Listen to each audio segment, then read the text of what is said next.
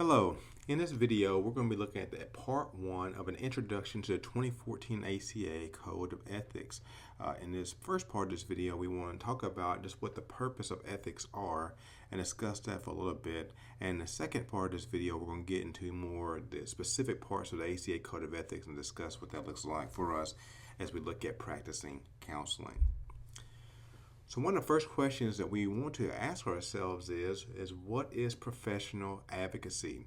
And this question becomes really important because one part of our job as therapists is to make sure that as we are working with clients and we're seeing them in those counseling settings, that we don't forget that we're there not only to provide counseling for them, but we're also there to provide advocacy for them.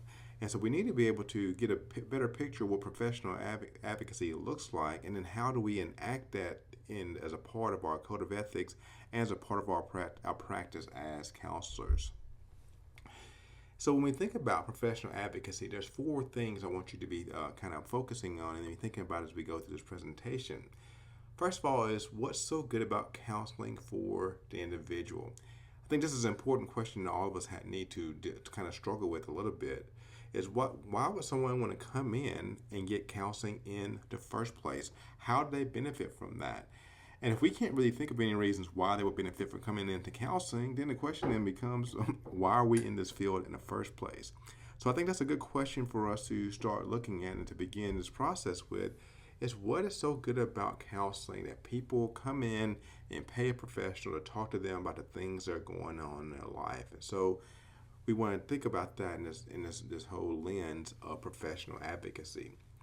The second thing we want to think about is how does society benefit from counseling? So we looked at we think about how does the individuals look at it and benefit from it, but does society get better because of counseling in general? And if the society does not change or the society does not get better because of counseling, then once again it goes back to that thought process of what in the world am I doing? Why am I in counseling? Or why is counseling an important field to be involved in? So it's important for us to make sure that the things that we're doing as therapists is not only benefiting the individual at that individual level, but also the societal level, that we're there to advocate and to make sure great things come about in society based on what we're doing inside that room. So it happens inside that room, but advocacy happens outside the room as well. So our work is not just on that individual level. Third thing is, what can we do to advocate for the counseling profession? And so when we think about the profession in general, and I'll be once again connecting this back to the ACA Code of Ethics, how do we advocate for our profession? Then when we look at the counseling profession and we compare it to psychologists or to sociologists, or we compare it to social workers or wherever the case may be, these other professions that are similar in nature to what we do but not exactly the same, we want to look and see how do we advocate for the profession in itself, that whether it comes to benefits and reimbursements from Medicare and different things of that nature, how do we be a part of the advocacy process so that the counseling profession itself doesn't get left behind other professions? And so we want to think about that as well. And also then, what can we do to promote advocacy for our clients? We may be working with certain specific populations in counseling, and so because of that, certain populations may have a special need so that they need to be addressed, and as counselors we can do some things to promote advocacy for them. So as we begin looking at professional advocacy, we want us to once again get our mindset out and away from just thinking about the counseling office itself and not just at the individual. Not that that's not important, but we want to look at that individual level, look at the societal benefits from this, and also the profession as a whole. How does the profession grow from the counseling that we provide and our involvement in professional advocacy? So when we think about ethics, and as we try to go about defining ethics, specifically for us looking at ACA Code of Ethics, what the Code of Ethics basically is for us is something that is written down. So we are able to go to this, we're able to search through these codes of ethics and be able to see what is going on as a part of this whole process. And so we were able to see it all written out. So it's not a thing where we have to guess what the Code of Ethics says.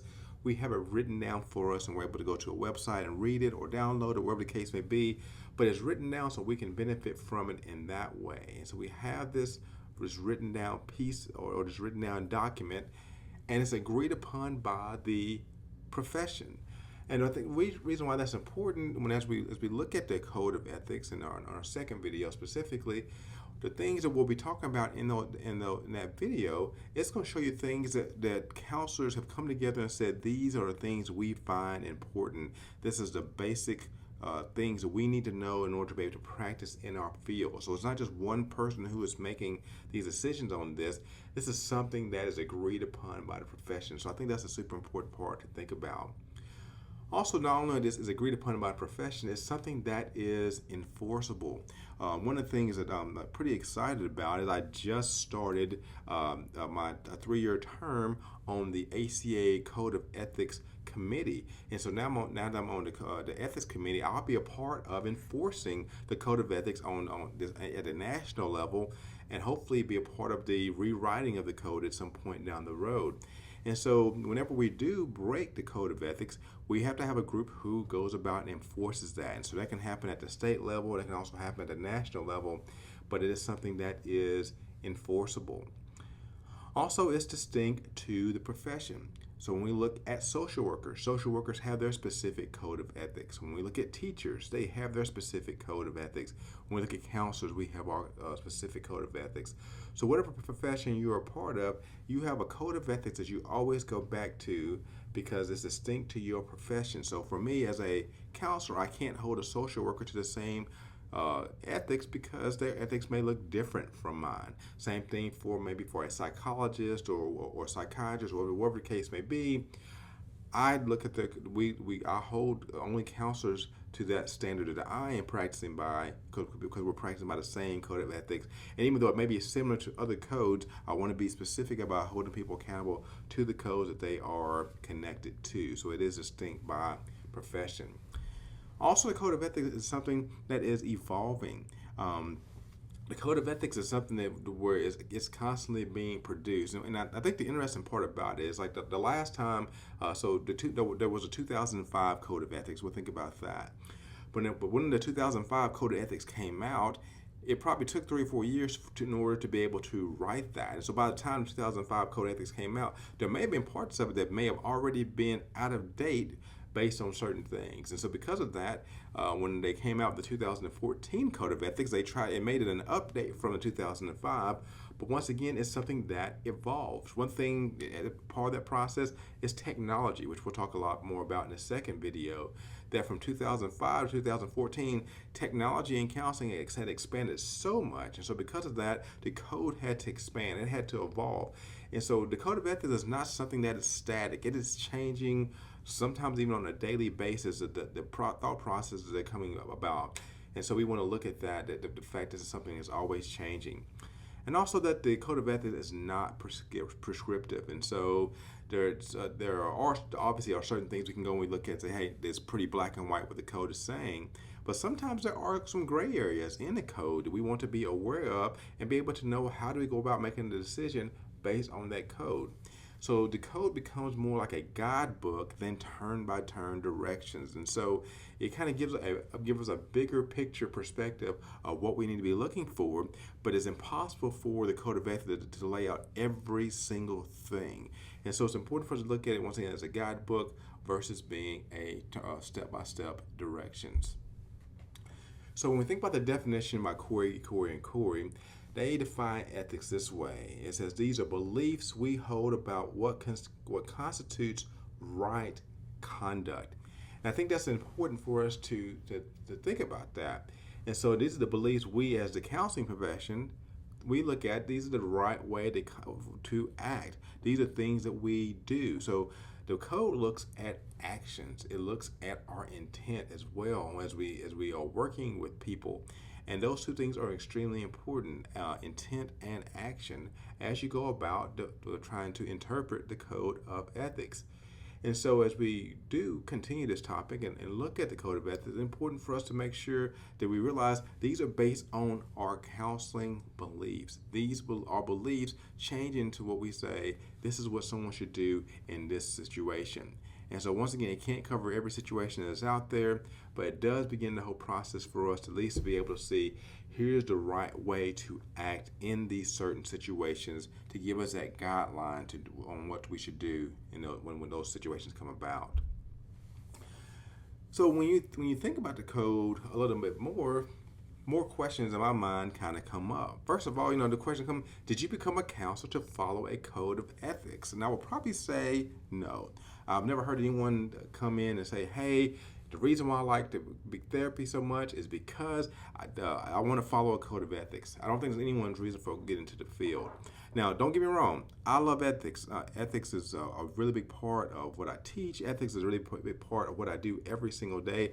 And I love talking about ethical situations. So for me, that's an exciting thing. It's not for everybody, but I'm just strange that way.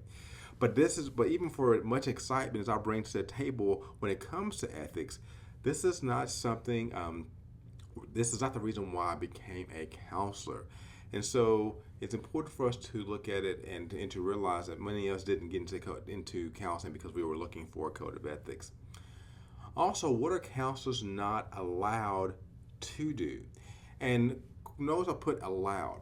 Now, once again, this code of ethics is not going to be specific about every single thing or every situation, because the reality is everyone will be in situations where things change. And some things, situation that happened to me may happen to you a little bit different in your context and may be handled different. But we still use these ethical guidelines to help me know what I should be doing or what I'm I'm not allowed to do in those situations. So we have to be having that in our mind as we look at the code. It does help us see some things we're not allowed, or things or actions or conduct we should not be participating in. But also helps us to see what we should be doing as counselors. And we'll talk more about that in the second video, but some things we should be doing as counselors, and this code gives us that framework to begin thinking about how do I approach this whole process of counseling. So that's why it's the reason why I think that this code of ethics is important for all of us. So when we think about some of the themes that you'll find in professional codes, and specifically the ACA as we're talking about, it's going to look at the welfare of the consumers. At the end of the day, our code of ethics, the main thing it's looking out for is making sure our clients are being taken care of. And that is important, because if we are not taking care of our clients, then our clients won't come in. So if we're breaking client confidences, or we're doing other things that the code says we should not be doing with clients, then once again, the welfare of the consumers is not being taken into thought, and then those people will end up going away and not working for us or working with us. And so that with the welfare of the consumer it becomes one of the top priorities that you see that's laid out in the code of ethics. Also talks about us practicing with competence. And I think this is it's really important concept to think about when we think about competence, is that the code is basically saying to us that when you do something in the counseling room, or when you do something outside the counseling room, as someone who teaches counseling, make sure that I have the right type of training to be able to do what I am doing. Now, the reality is there are going to be some certain things that are new to you whenever you begin to practice counseling, and that's just expected. But there are certain things, and when it comes to competence, that if I don't know anything about it, if I've seen some videos about a certain therapeutic approach or something like that, or maybe I've gone to an hour-long training or something like that, that doesn't mean I have competence. That just means I have a basic knowledge of it. Competence means that I am able to speak intelligently about how this works. I know the best practices of that approach that I'm taking. I know how to use it in the right way. And so the code is going to talk about you practicing with competence. Another thing we need to think about is doing no harm. That's very, I think it's one of those things you see in just about every code of ethics, is that whenever we approach a code of ethics, we don't want to harm anyone. And so whether that comes to research, whether that comes to counseling, whether that comes to referring clients or client abandonment, whatever the case may be, we want to make sure we're doing no harm for our clients. And I think that becomes a very important thing and very important piece of what we're doing as we work in the counseling profession. Also, confidentiality and privacy. This is the bedrock of our counseling field. That when someone comes to my office, they expect that I will not be talking to other people about the things that they have shared with me in the counseling session. And so I'm important. So their confidentiality becomes vitally important for me to make sure I keep that. And also just the privacy and nature of what they do and with the things in the relationship that we have.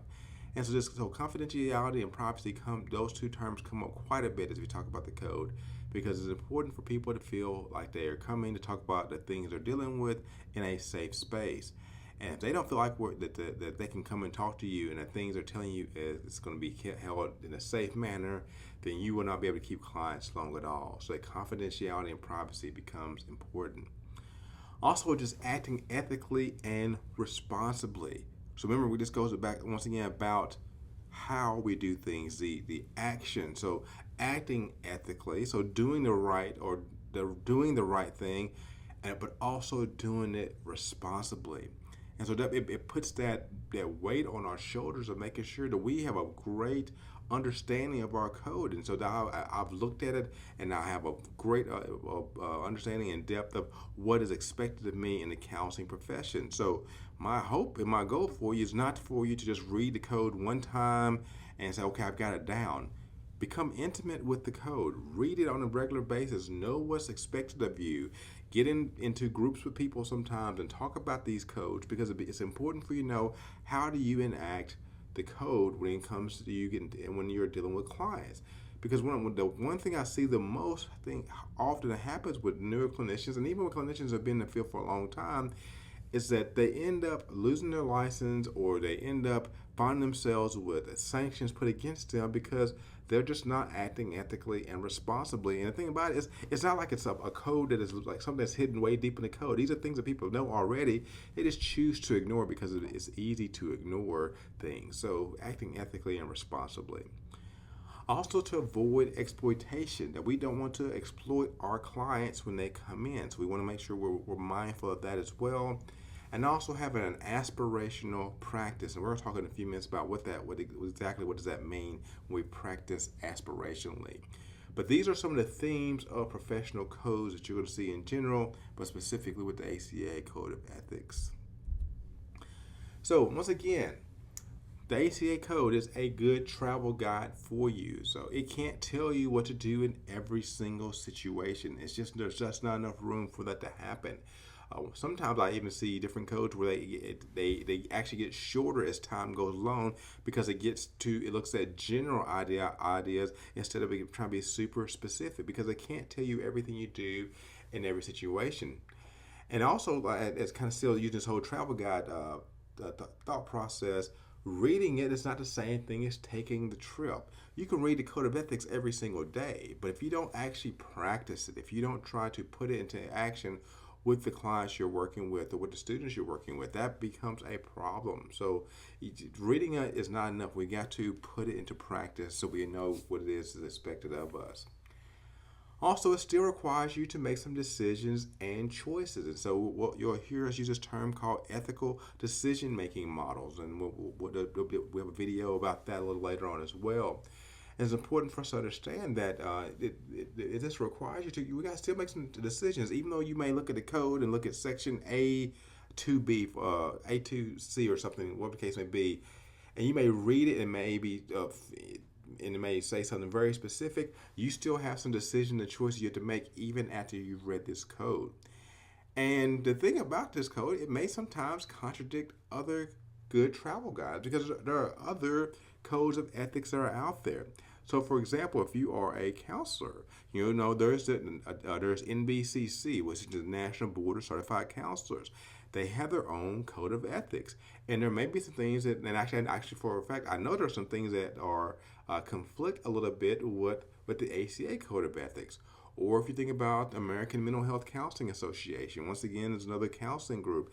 They have their code of ethics, and sometimes these codes don't always mesh up exactly right, and they may contradict other good travel guides. So it's important for us to be well aware of the codes of ethics that we are putting ourselves under. So for me, as a nationally certified counselor, I fall under the NBCC Code of Ethics. As a member of the American Counseling Association, I fall under the ACA Code of Ethics as well.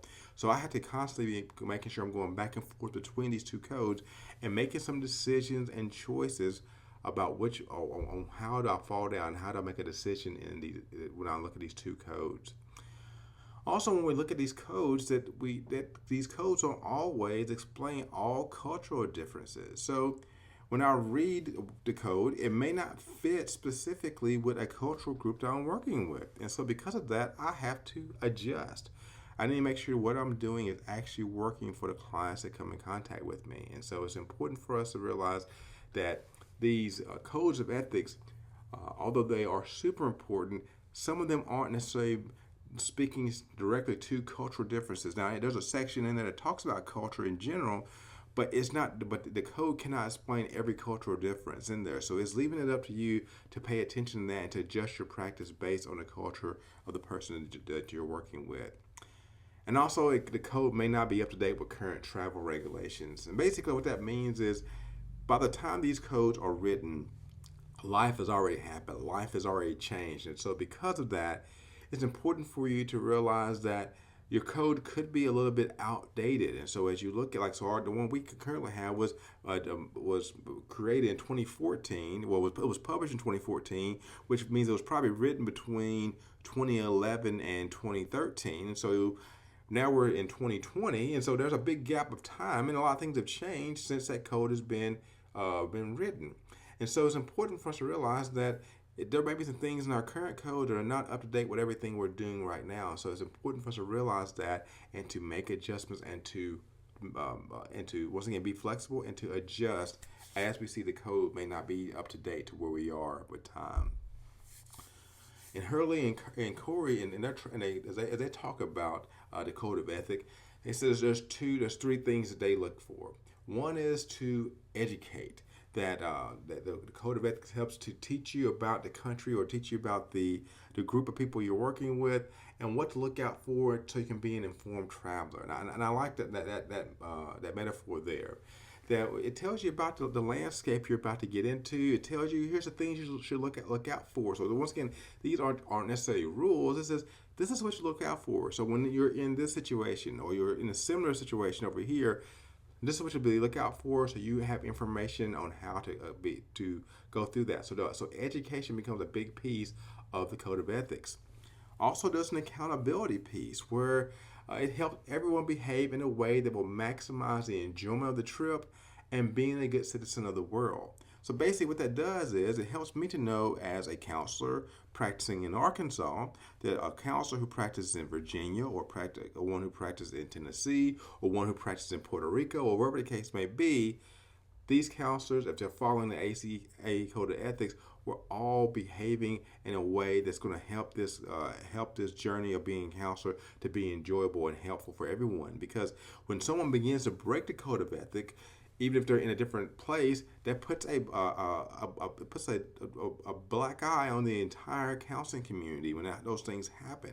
So it's important for me that we are held accountable, and I'm going to hold accountable those individuals as well, just like I need to be held accountable when it comes to this code of ethics.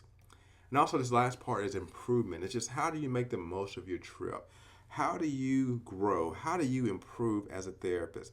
And the code of ethics helps you to be able to do that, and it gives you this picture of how do you grow.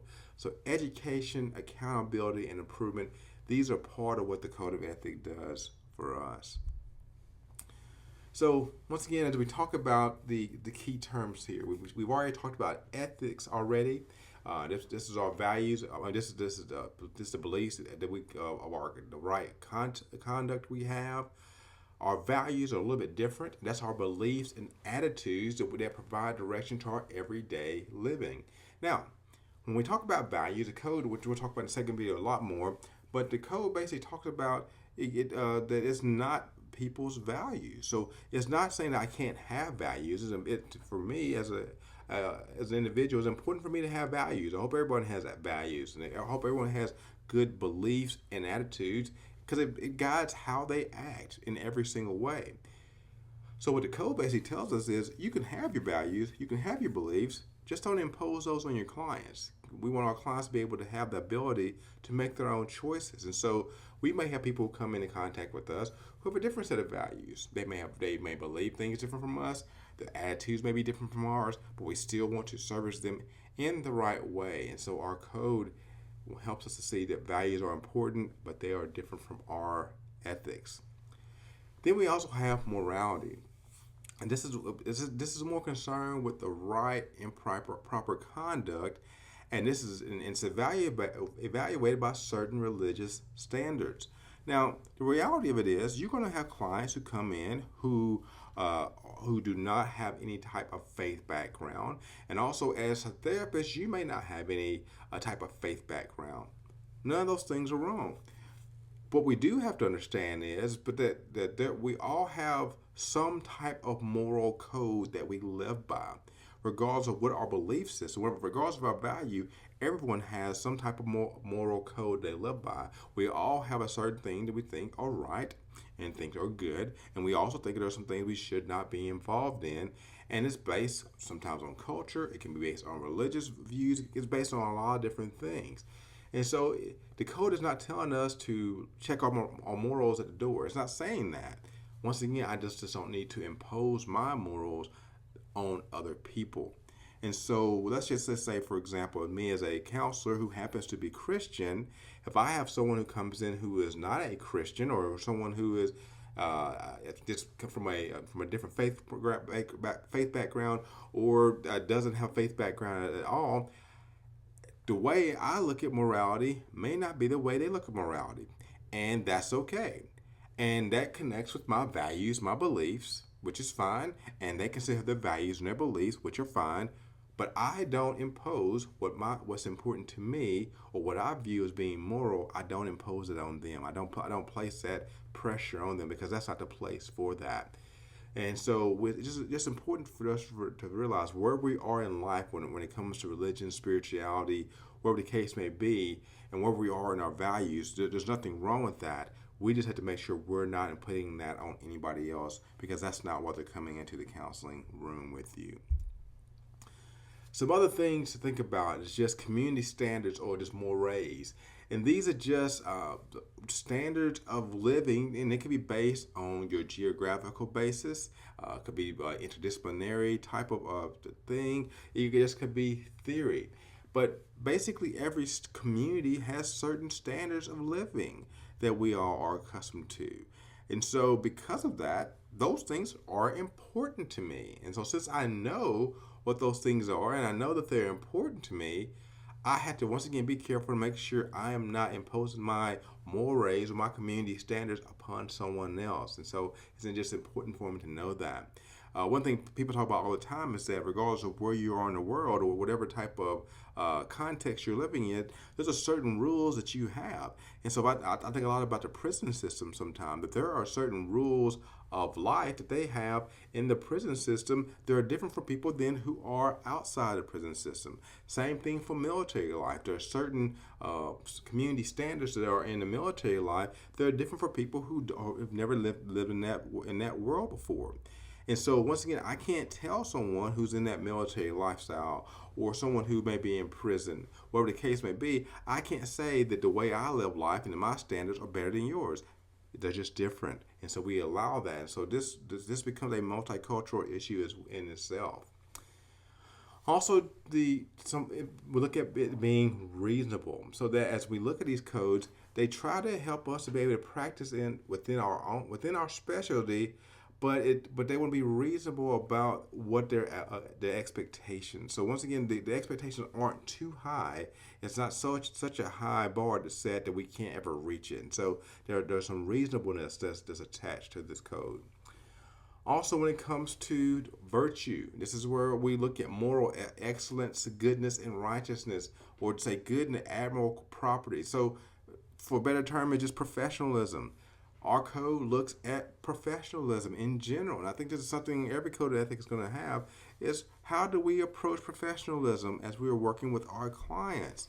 Now, there's nothing in our code that talks to us about that you should be on time to your counseling appointments with your clients. You're not going to find that. But that's being professional. You want to be there on time for your sessions. And so there's nothing in our code of ethics that says you should not fall asleep when you're talking to a client. You're not going to find it in there. That's just a part of professionalism. So it's important for us to realize that there is a professionalism piece that is embedded to a certain extent in our code, even though it may not spell out certain things for us. And then we got to think about laws. And these are the rules that are set by either your city, your state, or the federal government. And we have to realize that these laws can come in conflict with the code. And so we have to make decisions, try to make the best decision possible, because there are some times where we may be following our code of ethics, but it could be breaking the law. Or we could be following the law, but it's breaking the code of ethics. And so during those time periods, we have to make a decision. What's more important? Is it more important for me to follow my code of ethics, or is it more important for me to follow the law? We have to make those decisions on a daily basis. So when we think about some of the different levels of ethical practice, there's a couple of kinds I want to talk about. One is what we call mandatory ethics, and this is what we used to call, basically, these are the basic nuts and bolts of ethics, and these are things that we must do and things we must not do. So it's like the lowest level. These are things that we just have to do if we're going to practice. And so as we go through our code, we're going to see some things where it's just mandatory. It's very, very specific about when you're in this situation, this is what you must do. And so those are what we call those mandatory ethics. And so there's no way of looking around it. So if it tells us something in one section of the code and it's being very specific about it, like for example, it talks about in the code, if you're going to have a relationship with a former client, there has to be at least a minimum of 5 years from the last contact you have with that client before you can have a relationship with them. That's not like when it says that's not saying that's a good idea. It's saying no, that's a mandatory ethic. That's something at the minimum you must do it. And so we're going to see there's some mandatory ethics that we have to follow. But then we have what we call aspirational ethics, and this is where we are looking at the spirit of what the code is trying to tell us, and and also the principles of the code. And we try to be able to look at this part and say, what's the highest possible standard I can hold myself when it comes to ethics? So, for example, it may be a thing where I have a client who who needs to be transferred to another agency for some reason because I'm not able to work with them anymore. For an aspirational ethics, it will talk about making sure that we provide good referrals. Now, in a perfect world, from an aspirational ethics point of view, I want to have about 4 or 5 excellent referrals for this client. I want to get them all typed out to them on paper and make sure they know exactly where to go in all these situations and things like that. That's aspirationally, that's where I want to be. But the reality may be that may not be able to happen. And so it may just be a thing where as a counselor, I'm like, you know what? There's only 1 or 2 people I even know that even deal with this type of counseling that's in this area that takes his client's insurance. And so that's all I'm able to do. So there may be another therapist in town who aspirationally, they may do more in that area than what I've done, but it doesn't make one right and one wrong. It just means that there is some leeway that we have there when it comes to at what level we do this. So when we look at these two different things, mandatory basically means this is the bare minimum you can do. Aspirational looks at here's this broad spectrum of things that you can do with that code of ethics when it's not something that's very, very specific. So it's important for us to know the difference between those two. Also, there are principle ethics. And this is where we have a set of obligations where we're trying to solve a particular dilemma and also establish some type of framework to how to think through it ethically. Now, when we think about principle ethics, this comes up quite a bit because for many of us, we find ourselves in situations that the Code of Ethics don't specifically speak to. So we have to go through a ethical decision-making model, which we'll talk about later on in another video. But as a part of ethical decision making, we have to figure out what are the steps I need to take to make sure I'm doing everything in an ethical way, because the code does not speak to this specifically. And so what principal ethics basically is telling me is I've got to think through this on what it is I'm going to do to remedy this situation, because the code is not specific. And so I had to look at some principles outside of the code to figure out what's the best way for this to be taken care of.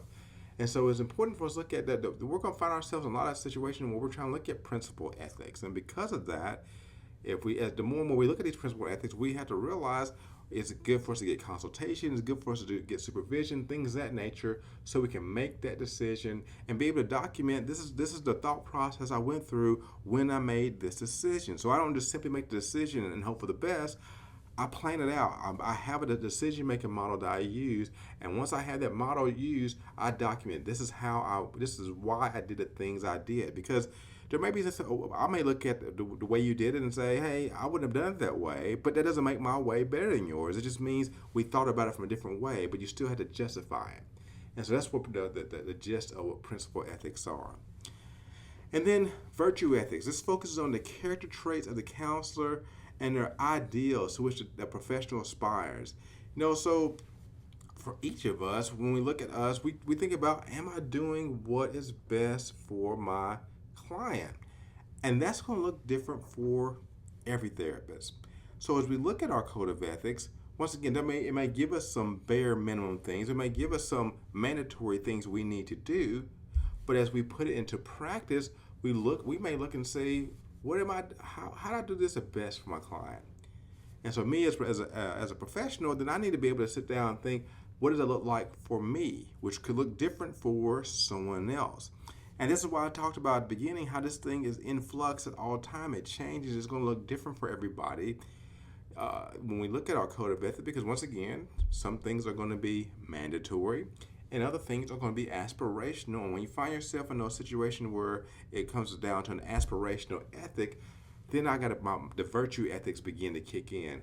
So how did this work out for me? Am I doing what's best for my client? What does that look like for me, which may look different for a different therapist? So as we look at making some principles to guide our decision making, there's a few things we need to think about. One is just about autonomy. This is where I give my client the ability to make their own decisions. And so this is why I always tell clients over and over, tell students all the time, that when it comes down to working with clients, I am not someone who gives advice. And the reason why I don't give advice, first of all, that's not my job. And number two, the reason why I don't give clients advice is because I don't want them making a decision based on my viewpoint of it. I want them to make a decision because they feel like this is something that was best for them. And so I want to give them autonomy. I want to give them choice in what they do, and it's for them to choose their own direction. Because this counseling is not about me and what I want for the client. This is what the client wants for themselves, and we help them and work with them as they choose their own direction. Then we have non-malfeasance. I always mess that word up. And this is we just basically avoid doing harm. So it means we're going to stop not doing any actions that's going to cause any risk in hurting our clients. Also, we look at beneficence. This is where we're trying to actually promote the good for other people. So we're looking at what can we do to benefit this client so that this process it works out in the best for them. Also, we look at justice, and that means that in my counseling sessions, am I being fair between my clients? Am I doing certain things with some clients and not doing it for other clients? And if I find myself doing that, the question then becomes, where is the justice? Why am I not being the same for all of my clients? And also, when we think about fidelity, this is that when I say I'm going to do something for a client, I do it. I just recently had a client I was working with, and one of the things I told is a child client, and we were talking about their love of Legos. And I don't own any Legos, but I want to work with this client. And so it's going to be important for me that when that client comes in for the next session, that I have Legos whenever we get together and work, because I have made that promise to this client. And so when this client comes in next time, if I don't have the Legos I promised that we will have, that we can use and put together some things while we're talking, then that client will feel devastated probably because I didn't have any fidelity, because I didn't keep my word. And so we have to be people who are trustworthy. And so it's important for us to remember that. And also veracity. This is where we look at truthfulness. I never lie to my clients. I'll say that one more time again. Now, I never lie to my clients. It's important for us to remember that this is not something that this is one of those things where we just, that's a line we don't cross. That I don't try to trick them into anything. That I'm going to always be truthful with them. And actually, in my informed consent with my clients, that's one of the main things I tell them, is that there are going to be some things I tell you sometimes that you may not like. And it's not because I'm trying to be mean or anything like that. The reason I tell you this is because I want to be truthful with you. And it's important for us to be able to do that. I'm not going to tell them anything that is misleading, because if they come into this session and they have trust issues already, and here the therapist is lying to them, then for them they feel like, where can I go to find someone who's actually going to be truthful with me? So veracity, fidelity, justice, beneficence, non-maleficence, and also autonomy. These are just some good moral principles to help us, to guide us in our decision making.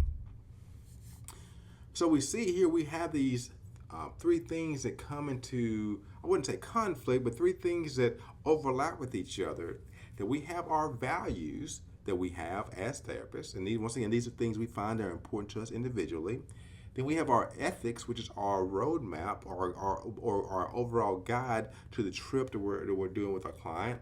Then we have our laws, which are set up and things that we are held accountable for legally wise. And those things overlap with each other. But then out to the side, we have our practice. And we have to figure out some way of moving this practice into the middle of all of this ethics, the laws, and values, and then do it in such a way in which we don't break these moral principles that we have here. So it's important for us to realize there's a fine line we're always walking as therapists, because we're trying to make sure that we're balancing ethics and laws and values as we go through the practice of counseling. And so as we think about these areas, and specifically ethics and law, that our ethical codes are enforced by the law to some degree. That in some states, your licensing laws may be backed up by your code of ethics. So for example, with me living in Arkansas, part of the law in Arkansas for counselors is they follow the ACA Code of Ethics. So if I don't follow the ACA Code of Ethics, not only am I breaking the ethical code, I'm also breaking laws. So those two things, at least in the state I live in, are they overlap with each other. But sometimes, and because of that, sometimes the courts may look to the codes to determine proper conduct. And so the court could say, well, you've broken the law because you didn't follow your code of ethics that you know that you should be following. And so sometimes our ethical code can be enforced by the law. Now, there's other times where our laws and our ethics may contradict. And I find myself in that situation quite a bit. In the state in which I practice, as a licensed professional counselor, I have the ability and I have the same legal standing as a lawyer when it comes to the information that my clients tell me. So I have what is called privileged communication. Now that's a legal term. So it's different from confidentiality. Confidentiality has to do more with ethics, but privileged communication has to do with the law. And so because of that, in the state that I live in, if I get called to court, I don't have to talk about the things that my client have told me unless I have written permission from them. Because if I do that, I'm actually breaking the law by doing it. And so a lot of times lawyers still want me to come to court and talk about it. And the reality of it is that it can become a conflict, because they want me to they say, well, confidentiality, that's an ethical thing, you can do that. But Legally, I'm bound to certain things. So you can find yourself in a situation where your laws and your ethics end up being contradicting with each other. Also, when civil and criminal court, that you may be brought into those situations, and once again, you have to ask yourself, am I following laws here? Am I following ethics? And do they conflict with each other? And so it's important for us to realize that you need to know when to seek legal counsel. One of the great things about having professional liability insurance is they have lawyers that is a part of that process. And so you can call your liability insurance and ask them about these specific questions on the legal end, and they can help you on that.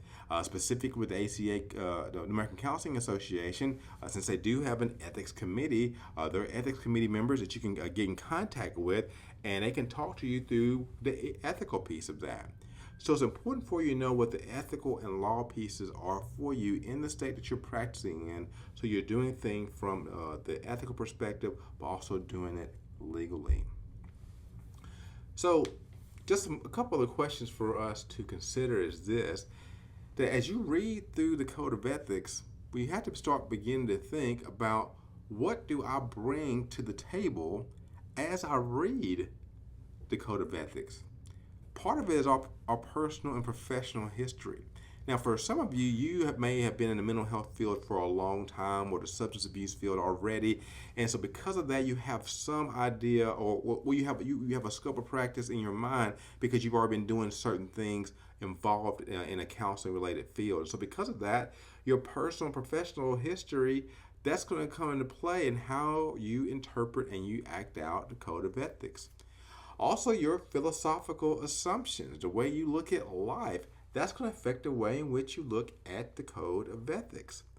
Also, cultural influences. So me being an African American male, I may look at the code I may look at the code a little bit different than someone else who has a different cultural background.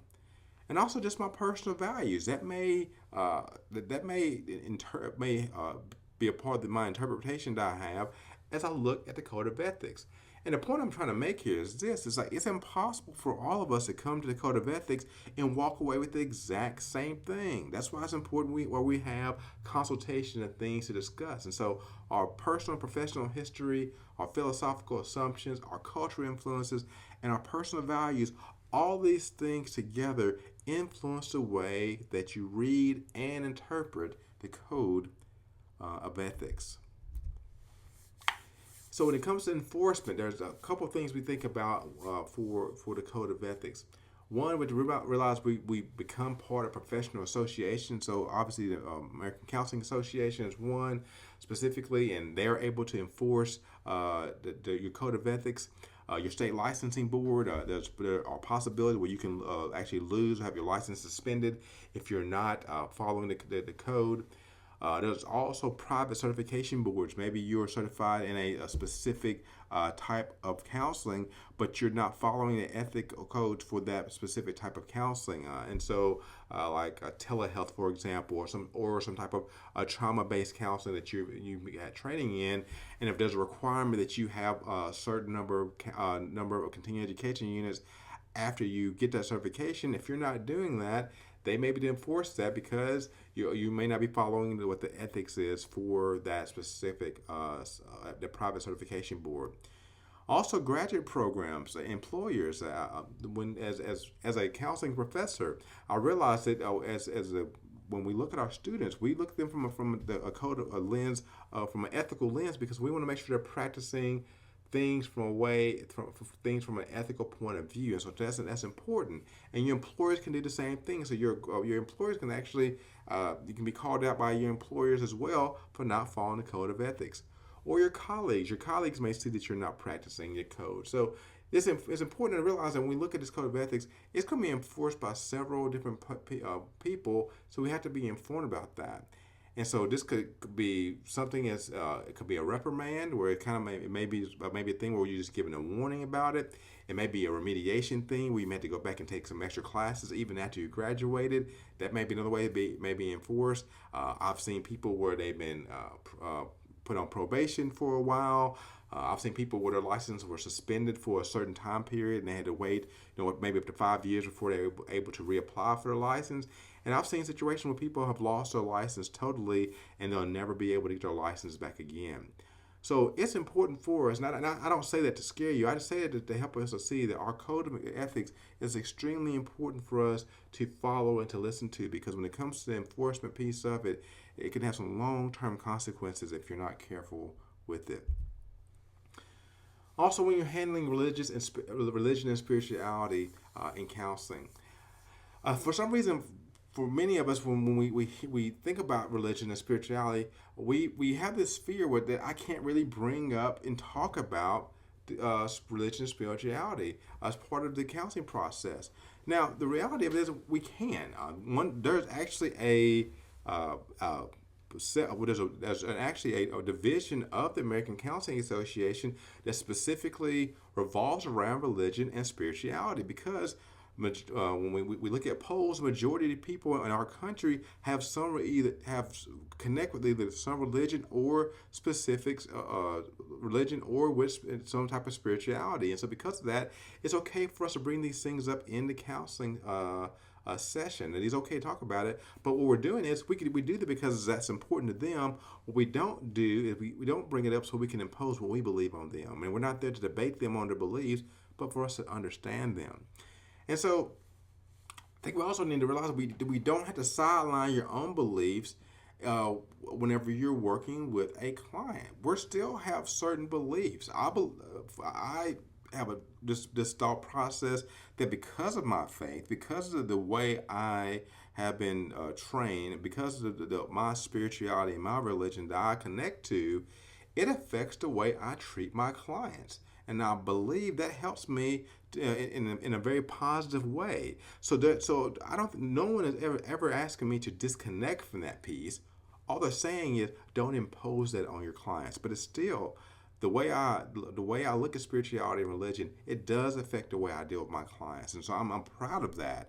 But once again, I have to be careful not to impose my spirituality and religion on my client. Also, just whenever you do involve religion in counseling, just consider your counseling a setting that you're in. Remember, in informed consent, talk about those things as well. And also, when consider your ethical codes and licensure laws when it comes to religion and spirituality. All those things are important. But once again, there's not anyone telling you to check your religion or check your faith at the door. All we're saying is make sure that you are not using that as to do harm to your clients. Well, in this presentation, we basically have gone through looking at just some basics that we need to understand when it comes to the ACA Code of Ethics. We talked about the different type of ethics that there are out there in the world, whether it's aspirational ethics or the basic ethics that we need to kind of get by. We talked just a little bit about how ethics change over time, and that when a code is written, it may be in some way outdated a little bit, but it's important for us to still stay up to date with what's going on. But they also talked about a little bit about religion and spirituality, how all these things came to play. But the whole purpose of this video was to help you to get an understanding that ethics are important. And once again, I realize for me, I get excited about ethics. Ethics to me are exciting, and I love talking about ethics. And I realize that's not for everybody. But I think one of the things we have to come away with as we look at this video is that we have to make sure that ethics are an important part of what we do. And because of that, it helps us to be in a space where we know how to treat people in the right way, because they are human and because they deserve that, and that we're not going to harm them in the process. And this Code of Ethics gives us a basic overview on how to do that. So that's the end of this first video, part 1 of this ACA Code of Ethics. In the second video on ACA Code of Ethics, we're going to give you a broader view of the specific codes and kind of talk a little bit about what they mean and how you go about looking at these different parts of the Code of Ethics.